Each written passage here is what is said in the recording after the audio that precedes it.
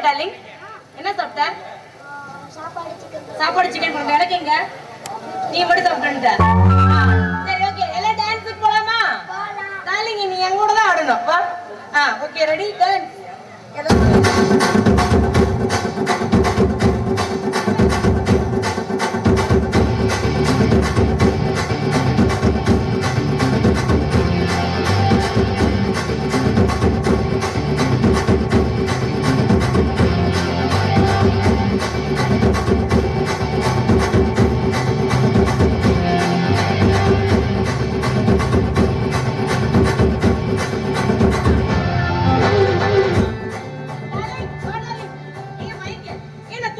அப்பா பார்க்க கூடாது.